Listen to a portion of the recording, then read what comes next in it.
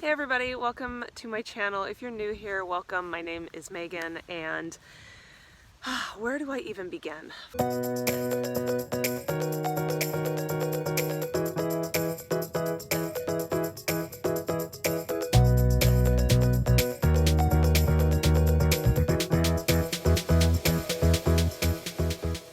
For the past 2.5 years, I have dedicated this channel to all things trying to conceive and pregnancy, and then I went on a little bit of a postpartum tangent where I talked a little bit about my breastfeeding journey, exclusively pumping, how that all went, and then I went into my postpartum fitness journey. My postpartum fitness has been something of a overwhelming and all-encompassing journey and topic in my life for 2020, and honestly it is the most important thing to me outside of my family, of course, because fitness and nutrition are my whole life.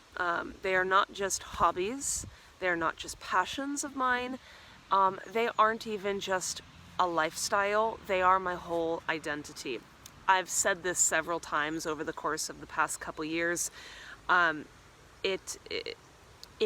They are who I am. It's not just that I love working out and having physical goals and being physically fit and pushing myself in that respect. And it's not just that nutrition is something that's important to me in terms of health or whatever. It's not just the lifestyle, it is my whole identity. It's everything I believe in. It's everything I love about life, about having this body, about showing an appreciation for nature and physiology and science and chemistry and everything that goes into health and wellness. But for some reason, I just feel like I haven't had the right time and the right equipment and the right backdrop and everything to adequately document my postpartum fitness and nutrition journey as I might have thought it was going to be in my head. It has always, from the very beginning, been something of a chore, the actual filming and documenting of it. Filming things I've had to do take after retake after retake after retake, and editing and this and that, and nothing ever comes out perfectly because the house we live in is a work in progress. It's a starter house. We have so much work to do. And it's small, and there's always screaming kids, and I have no space or freedom to do any kind of filming. And I just haven't really been able to tap into the creative energy because I've found that this journey I'm on, I just want to keep it to myself. It's just something that I want to do for myself and with myself, and just haven't really found the purpose or the need to document it. It turned out to be very useful for me in the beginning because it held me accountable, and Instagram for sure has been very useful for me in holding me accountable and keeping me motivated. But in terms of YouTube, it's why I only put out like one video every couple of months right now, because it's just not where I want to be spending my time, nor do I have the time to be spending it that way. I have mentioned though in a lot of my videos that we've been managing the farm, and that's why I've been very busy, is that I have a lot of farm projects I'm working on, and it suddenly dawned on me that this here, this is where my heart and soul is, and it's the majority of the content I'm watching right now on YouTube is a lot of market farming videos and no-dig gardens and videos and documentaries on soil and mulching and every aspect there is to farming. And it made me realize this is a perfect platform to have sort of a sideshow. I'm still going to be like logging my fitness journey and everything, talking about what I'm doing and where I am with my journey, and I still plan on doing my weigh-ins. The only reason I haven't done a weigh-in recently is because I lost my scale. So I gotta find that, and you know, once the weather turns and the whole farming thing kind of goes to sleep a little bit, I will be focusing a bit more on my postpartum fitness and body recomposition goals, because I still have those. It's just become abundantly clear that I am not going to reach my goals this year, which was what I had hoped to do, because the whole pandemic has totally changed the landscape of life. You know, it's really hard to commit to a fitness routine when I always have a bunch of kids running around and I'm working from home, and I don't feel safe in my gym. So, you know, we'll broach that subject at another time. Right now, though, I wanted to talk very briefly about how I ended up going from corporate America to farming the Arctic Circle in Sweden. Just a very quick recap. I found myself in Sweden because my husband is, of course, Swedish. Now, that's not where the story started, though. The story started 15 years ago when I was in the gym, and you know, I was a college student, and I happened to meet a Swede who lived in America, and we started dating. We dated all throughout my college years, well, a couple of them at least. And then when I graduated, it was sort of like we were at that crossroads of, are we going to get married and have kids, or are we going to break up? He was considerably older than me, and I just don't think we were on a long-term path. So we broke up. But one passion of mine that I've always had has been languages and cultures, and learning different ways to view the world and experience life. So I really missed learning Swedish. I really missed having access to learning about, like, European politics and things like that. I felt like I had a lot more personal growing to do. And so I took my ex-boyfriend's last name, which is a very common Swedish last name, put it into Facebook, pulled up a random list of people, and I literally picked the first guy on top of the list. Because I'm not gonna, like, write a girl, that's a little weird. And I sent a message to this guy, and I said, would you like to be my pen pal? Oi! It's very windy here, my tripod is blowing over. And I asked him if he would kind of like write in Swedish with me and help correct my language, and, you know, just give me a different, fun, new way to learn language and meet someone and talk to them about, like, the world and life and everything. And that was February 17th of 2010. So it has now been 10 years since then, 10 and a half years. And I'm now married to that guy, and we have 2 kids, and I live here on the countryside with him. So obviously there's a lot of history that goes into our story. We dated long distance for about 5 years. And then once we both got to a place where we were a little bit older, a little bit more settled, we decided we wanted to pursue our relationship long term. And we had talks about kids and wanting to pursue more education, and decided that all those things were better done here in Sweden than in the US.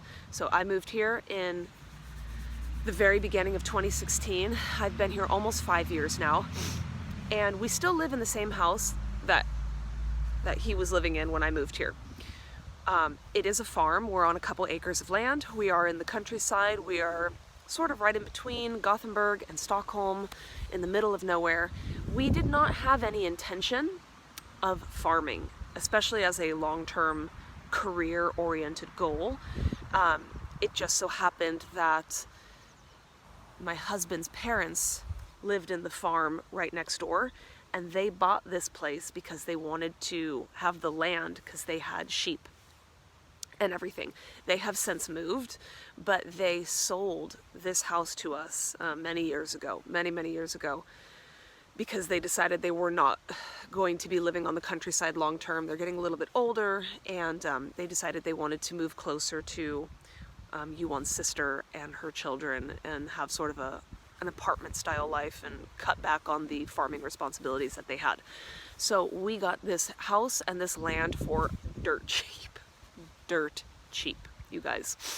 And so it's just suited our needs. But as we have grown as a small family here, we have a almost 4-year-old and an almost 2-year-old. We have always had dreams of pursuing sustainable energy, self-sufficiency, kind of like getting a little bit more off the grid, not being so reliant on society, being able to provide for ourselves. That kind of thing has always been an interest to us, particularly my husband, in terms of going off the grid. For me, as someone who is obsessed with nutrition and athletics and just clean, healthy living and those kinds of things, the idea of growing my own food and going off the grid and becoming self-sustainable in that respect has also really played into long-term goals of my own. So it was a sort of natural progression to start talking about having our own garden and providing our own foods. But with such young kids, and with me having really, really bad postpartum depression with both my kids, like to the tune of taking me about 1.5 years to recover both times, I just have not been able to focus on anything other than my health and putting myself back together after having each of my kids. But we're done having kids, and the coronavirus kicked our moderate term goals into high gear. We decided if we're already going to be home and we want to limit the amount of interactions we have with society, and we want to provide for ourselves so that we can take care of ourselves if shit hits the fan, why don't we just do this? We have all the space in the world. We live, like, our house and backyard is a fraction of the land we're sitting on. So we're really good friends with our neighbors who are all farmers. They all have all the industrial farming equipment, and our our neighbor over there came over and dug up a whole path for us, which I'll show you guys, and we have farmed it this year. This was our first year, and it was a tilled garden. So we did till it. The tractor came through and dug it up. We didn't know that no-till was a thing, and to be quite honest, I'm glad we didn't when we did this, because our soil is extremely rocky. Swedish soil is very, very rocky. From what I understand, it was back in the Ice Age. A lot of the rocks and boulders and everything were reallocated all over this area of the world when the Ice Age came, and then the ice melted and everything was just redistributed. So whether that's true or not, I'm not 100% sure. I've only been a Swede, like a citizen, for a couple years now. But we have very rocky soil, and it did make it easy to pull out a lot of those boulders before we planted. Anyway, I'm getting a little bit ahead of myself because I want to break this video up into chunks. But like I said, this was our first year just doing a garden for ourselves. We didn't anticipate how many crops we would fail at, and yet even with those failures, how much food we would actually grow. If you all have been following me on Instagram, you'll know I have been drowning in squash this year. It seems to be like in all these farming videos we watch, it's like this funny theme where everyone's like, maybe you're the one who's growing too much squash this year. Our squash has loved our soil, but we did everything wrong in the beginning. We did not fertilize or compost. We just dug up the ground and put seeds in. We didn't know anything about pest control. We did not know anything about garden design, other than that our plot of land is sort of at an incline, and so our rows go down this way instead of across, so that we don't have to deal so much with water erosion. We didn't know anything about mulching. We just didn't do any of that. We put the seeds into the dirt and we let nature take its course, and we succeeded in a lot of ways and we failed in a lot of ways. We did not have many crops take to their full extent. The yield was not so great with some of them. We had our entire broccoli field absolutely decimated in a period of 48 hours because we had no idea about the cabbage moth. There was so much we learned this year, but it has been the most rewarding experience. And I can't even tell you guys, I need to go back about my journey going from corporate America to literally farming. I do work a part-time job. I work 40% at a local med tech firm. I do all the marketing and communications for that company, but my hours have been scaled back dramatically because we are selling the firm. People who own it are selling it. So I've been able to focus some more time and energy on planning for the future in terms of our garden and how we really want to educate ourselves as much as possible and turn this into a profit center where we can not only homestead and provide for ourselves, but also maybe sell the excess to friends and family and just see how that goes over the next couple years. We have a lot to learn, so it's not like we're going to be selling to grocery stores and restaurants just yet, but maybe friends and family. Anyway, that transition though from corporate America to farming was an epic one, and it did not happen overnight. It has always been a dream of mine. I've always said all I want is for someone to pay me to work out. I just never realized that this could be a way to make that dream a reality, because farming, especially when you have no equipment and you're doing it yourself on like a family farm, is so labor intensive. And my husband right now has 3 slipped discs, so he's limited on what he's able to do. So it's really just me doing a lot of the physical aspects of this. And it's been a great way for me to maintain my fitness and work toward my goals while being outside in the fresh air and moving my body and not sitting in an office for 50 hours a week with someone yelling at me. I cannot tell you guys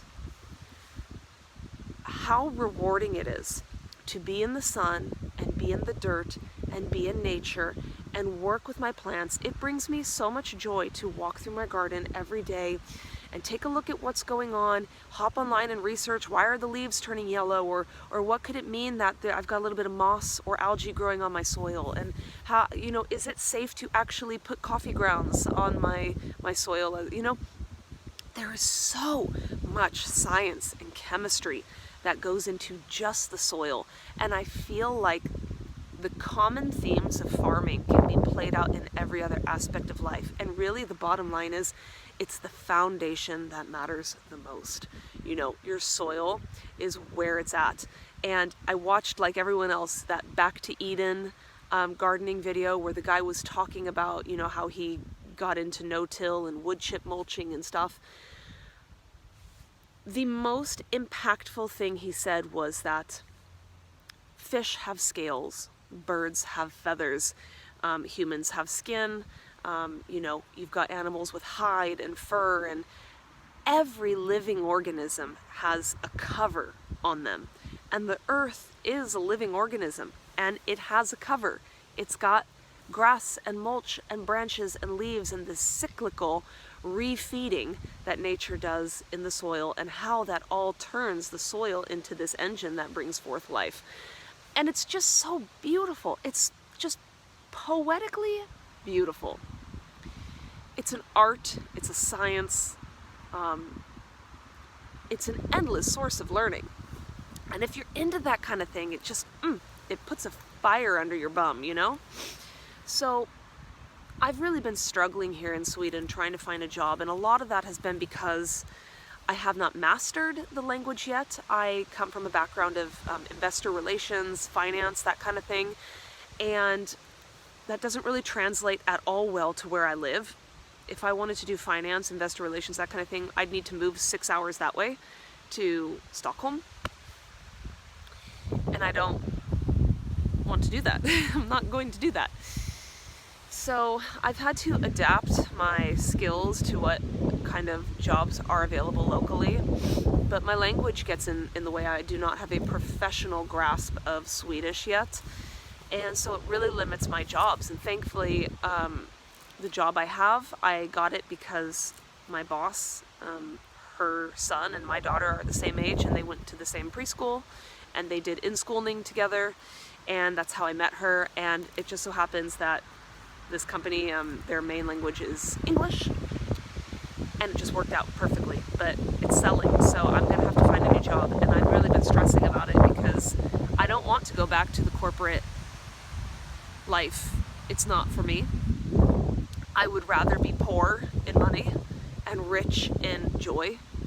And I know that that sounds a lot easier said than done, especially when you have kids and a house and bills and stuff. But I hate to say it, but living in a socialist country, or I should say we're a social democracy, but living in a country that supports families and makes it easy to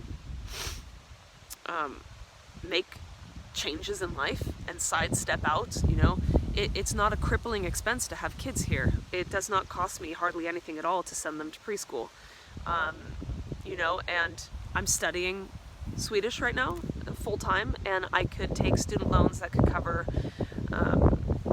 my half of the bills, and it's just very, very affordable money. So there are ways that we can get around doing it in the short term until we get up to speed. But I lived a very comfortable life in Los Angeles. I had the car, I had the apartment, I had the job, I was making 6 figures with my bonus included. I was also being worked completely into the ground, did not like my profession, did not like the fact that I was spending 50 hours of my week making rich people richer. I know there's a value to that and a time and a place for everything, but it didn't speak to my heart, and it did not feel like a valuable way to spend my life. And I can't think of something better to do than to be out here in the wind and the sun and the seasons and care for something that means so much to me. So there really hasn't been much of a theme to this video other than just to say that this is where I'm at right now, and I realize that I want to take my channel in a slightly different direction. I'm still going to continue logging my fitness journey, but this is a huge part of my life, and I would like to document what we're doing right now because we are starting completely fresh and we're making all the mistakes. And I can't even tell you guys how many videos I've watched where I've been able to learn from what other people are doing and read the comments section. Like, I need help, we need help, we could use all the tips and advice you guys get, and reading the comment section of a lot of these videos has helped educate me or send me into different directions in terms of resources and stuff. So that's it for now. I'm going to turn the camera around and show you guys just what we're working with right now and what our plans are, but I'm going to be doing videos later on as the time and opportunity presents itself to talk about some of our failures, what we learned in more depth, and in more depth what we plan to do, what we're researching, how we're going about tackling it. We are going to be buying a polytunnel. I plan on filming the construction of that and talking about how we're going to design it, and maybe y'all can give me some pointers and tips. That would be cool. Anyway, this video is entirely too long, so I'm going to cut it out. I'll show you guys our farm for right now, and then I'll be back later with another video. So here is the plot that we have dug up. It is partly mulched right now. This part here is all of our potatoes. They're still in the ground. We caught the mop top potato virus, which is very common here. So we had to cut down all of our winter potatoes and summer potatoes, but they're still being stored in the ground right now. That was where all of our carrots were, but we were starting to have carrot fly issues, so we harvested them all. This was where all of our beets were, but we had mostly harvested all of them. This was one of the crops that didn't do too well for us. I think we only had about a 30% yield from what we planted, and we've eaten most of them anyway. Over there, if you guys can see those little tiny ones there, those are our only salad plants that survived. We planted 2 rows and we only got 4 or 5 plants, but they've been doing great. And then behind them we had 2 rows of onions that did not take at all. This field here, this little section, was for broccoli, which I said earlier got decimated by the cabbage virus, so I just took them up. Here are our squash. We have a row of yellow squash and a row of zucchini. We only actually had 2 zucchini plants and then 4 yellow squash that survived, and I've been drowning in squash ever since. Behind them was also 2 tomato plants, which did beautifully, but I didn't know you had to prune them, so they never fruited. They just grew these gorgeous, lush, giant bushes, and they flowered and everything, but never produced fruit, so that was a big learning point. But if you can see, there's actually a vine that's crawling, and that is from this far corner here, which is all of our pumpkins, and those vines are going crazy. They're just going everywhere. So we did not plant that corner, and we just didn't have enough to plant, and so I'm glad we didn't though, because the pumpkin patch is actually spilling into that. And then this little green section here is from our beans, and those are the bush beans that survived. They did amazingly. We didn't even know that there were differences between the vines and bushes and stuff. We didn't grow or build any trellises. We didn't do anything. We just grew these. So thank God that these were bush beans, because they did really well. Back here we have our berries in those boxes, but the berries are eventually going to be moved over there. Here I am harvesting all of this grass to mulch for now. Oh, P.S. we have some pea plants now coming up here. That's why that isn't covered. And then we have some garlic there. But here in the winter we are going to be installing a polytunnel, which I'm really stoked about. Next year, that is where we're going to be having all of our winter squashes. And this we're going to be reserving for other veggies. And then the raspberry and stuff that we move there. to be planting more strawberries and smultron, which are like small wild strawberries. So that's what we're working with for right now. But this is what it looks like. That blue stuff there, that's our compost. This structure needs to be repainted, as you all can see. It is just chipping like crazy. But it's where we keep all of our farming stuff, like rakes and shovels. So, that's that.